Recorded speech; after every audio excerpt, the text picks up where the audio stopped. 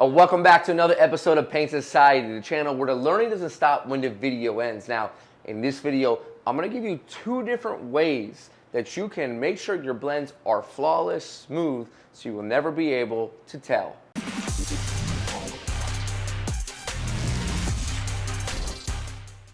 And thanks once again for joining me on this episode. My name is Brian, and I understand your frustration. Sometimes I know how it goes when you're in the booth and you're doing a blend and you think things are going good until you pull it outside and, well, it just doesn't look well. Now, this particular vehicle, we're spraying a white pearl, and it came out flawless because I've been there before, and I know the two different ways that I can help you today so you can get better blends when it comes to doing your tri-coat paint job. Now, when this vehicle came in, it came in just for a gas lid replacement.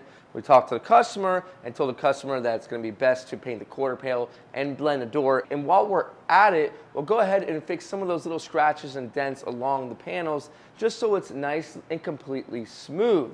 Now, the real issue here is getting that blend nice and smooth within that door. So the first way that you can really help remedy that is by using something that we call an extra slow reducer, or a very high temp reducer, or over 98 degrees reducer. Now, what that's gonna do for you is that's gonna go ahead and slow down the solvents in a paint and help it smooth out much more. You see, in white paint in particular, the toners just really dry up really quickly, and what happens is you start to get that dry edge at the end of your blend, which is not what you want. So you want to make sure that you mix in that extra slow reducer into your paint mix, and once you do that, you get everything nice and shaken up, get all of those ingredients mixed up together so that you have a nice mix that will flow really well onto your panel itself. Now let's talk about that second step. Now let's say that you sprayed everything down, it's still a little bit rough, or you didn't even really know about this trick.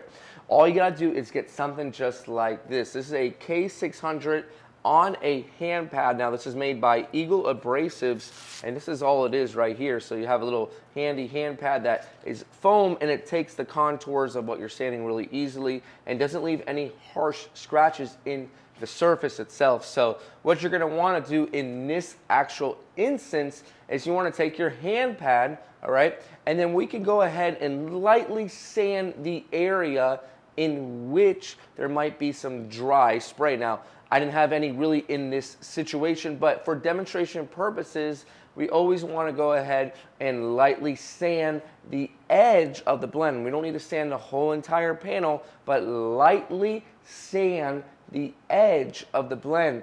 And at this point, once it's nice and lightly sanded, then we can take a tack cloth, a brand new tack cloth. Make sure you're using a brand new tack cloth when you're doing a white car. Very important. And at this point, you can just lightly wipe it off, and all of that dust or contaminants will go right into that tack rag.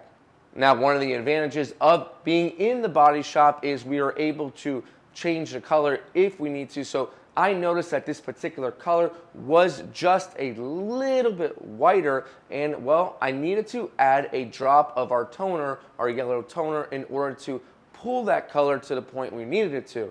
So once we did that, we were able to apply our one final coat.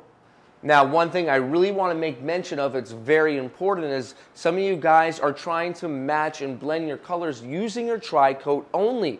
I don't want you to do this. I want you to stop doing that. The reason why is you're adding multiple coats of pearl, 5, 6, 7, 8 coats of pearl, to try to get that yellow back into the panel. And what you're doing really effectively is only drying the edge of your blend, and you're gonna see that when you pull it out to the booth, because that pearl is just gonna go on top of each other, on top, and you can't sand that pearl without reapplying that ground coat or that base color. So spend a little time, if you can, and get that ground coat correct first before you apply maybe that 2 or 3 coats of pearl. In this case, it was just 2 coats of pearl, so let's go ahead and lay down those 2 coats right now. Now, when getting into our pearl, we're going to use the same exact spray gun. This is a DV1B Plus spray gun. It's meant for solvent and water-based as well. Now, when it gets into spraying down our pearl, we're going to spray 2 coats only with about 10 minutes in between coats. Again, using that extra slow reducer. On your first coat, what I want you to do is take it about 4 inches past the edge of that base coat. By doing this, we're taking away the transition of our ground coat from our original OEM pearl, and we're adding our own pearl coat, and we want to make sure we blend on that first coat at least 4 inches past. Now, on the top portion of this vehicle, I did have some chips and scratches I mentioned to you earlier in the video that we did take care of. So that is why we are putting our pearl back up here. Now, the second coat you're seeing here, we're going to take it about 3 more inches past the original pearl coat. So we're roughly around 9 inches past our ground coat. Now, we're playing with dangerous areas here because we don't want to take it too far. Now, once that dries a good 15 or 20 minutes, we're ready for our clear coat. So let's get shooting our clear coat right now.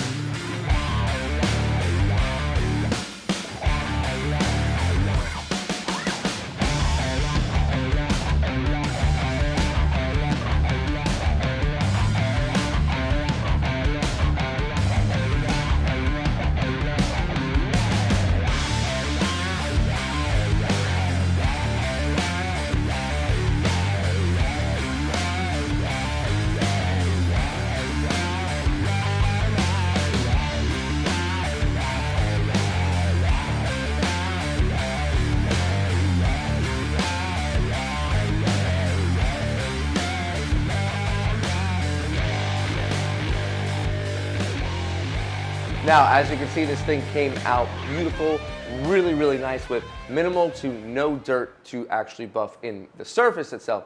Let's go ahead and get this thing all unmasked. Let's check it out. Let's see if it matches our door, if we did a good job blending, and overall, how does the job look? Guys, I hope you learned these 2 tricks that can help you on this particular blend. Keep in mind, if you are doing a metallic, make sure that you step up your grit maybe to a K800 or a K1000. If you do the sanding in the middle of the door on your metallics, that's very important, and you might need to add just 2 more coats on the metallic just to make sure it's nice and smooth.